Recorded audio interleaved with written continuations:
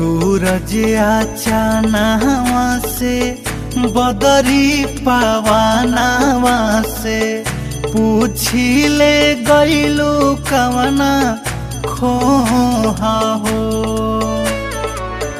तलवा तलइयन से कहनी तरइयन से केहू ना देला तोहके जो हो।